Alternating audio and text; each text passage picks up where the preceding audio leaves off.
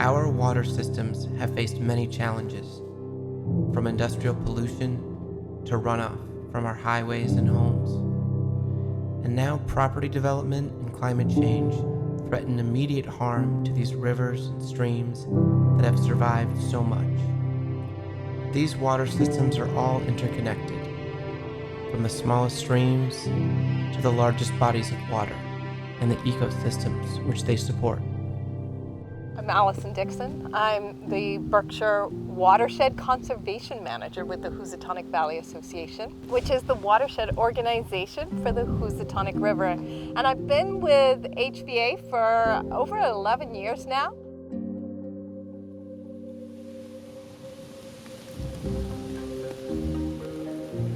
I have developed a passion for stormwater. Stormwater runoff is the #1 water quality problem in our rivers. It delivers all kinds of pollutants and volume of water to our rivers. And I almost cry every time it pours because I know that stormwater is hitting these hard surfaces and delivering right to the rivers polluted water. And we need to mitigate it. My name's Jane Wynn. I'm with Berkshire Environmental Action Team, and I grew up on the banks of the really polluted Housatonic River back when it smelled so bad that when you went over a river bridge, you held your nose.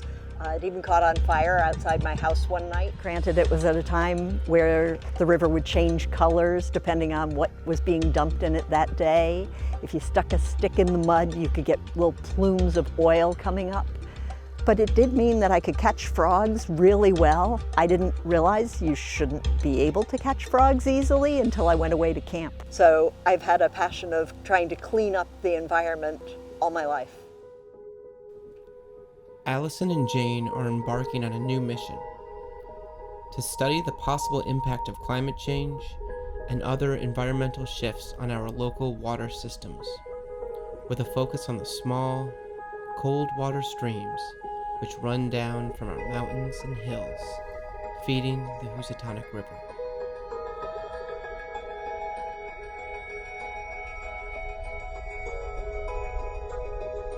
We have abundance of cold water streams in the Housatonic Valley in Western Mass, and some of them are coming down those hills behind me.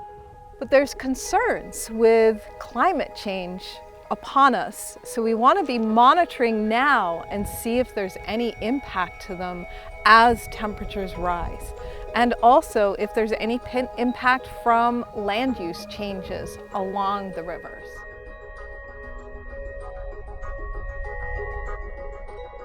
The goal of the water temperature monitoring project is to really look at some of the streams we believe are cold water streams that support things like brook trout and slimy sculpin and the macroinvertebrates that those fish feed on, and see if they're really meeting the cold water standards, if they're cold enough, and whether they stay that way throughout the years. Many animals have evolved to live in cold water streams so that they are particularly adapted, and if the water is too warm, they just do not survive or don't thrive. We are seeing a decline in those populations, particularly in native brook trout.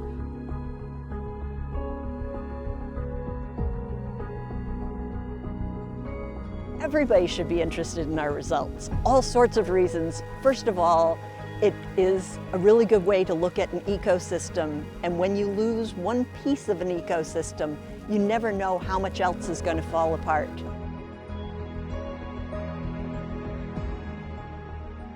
We have a number of locations that we're looking at in the Housatonic watershed. We are focused on cold water streams, streams that we might have concerns about.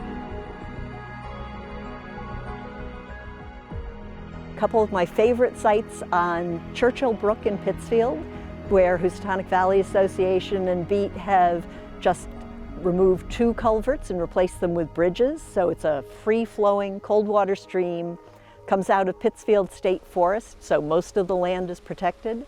And we're expecting that to have good cold water, and it'll be interesting to see if it changes through the years. Let's go find the spot.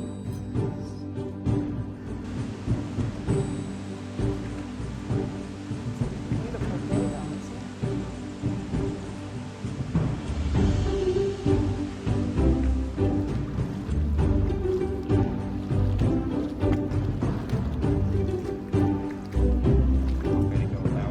Yeah, I have the GPS unit too, so get coordinates. One of the things that we like about this spot is that there's a bit of a pool here. So if things start to dry up a little bit, the logger is still likely to be underwater. We've got a pretty good location marker with this down tree. So refinding these loggers, if you're setting out multiple, one of the things we'll be doing is making note of where we set it. So I'm going to call this downstream at forked down mossy log.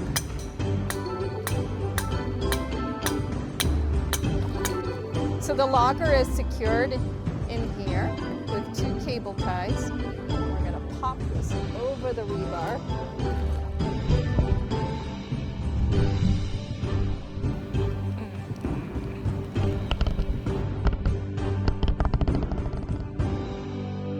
Okay, there she blows. Our first logger. I'm hoping that we will learn that our cold water streams are truly meeting the standards that the state established for cold water. If we do find some streams that aren't meeting those standards, then it's an opportunity for us to further investigate what is going along that whole river corridor and see if there's any way we can make a difference to mitigate, working with landowners. Also, a number of our streams may have landowners that are willing to offer up their property for protection. We want to protect the cold water streams. We need that shading along them, the riparian buffers that protect the stream temperature. So it may be an opportunity to see where there's some land that could afford future protection. So really important to see that our ecosystem is thriving. If it's not, we should all be concerned. And also this will give us some more data about climate change, and hopefully we can really get our politicians to get moving and take action so that we limit the amount of climate change we experience. I think the work is fascinating, and I feel like the work is now. It's important work that needs to be attended to now. So we're making a huge difference.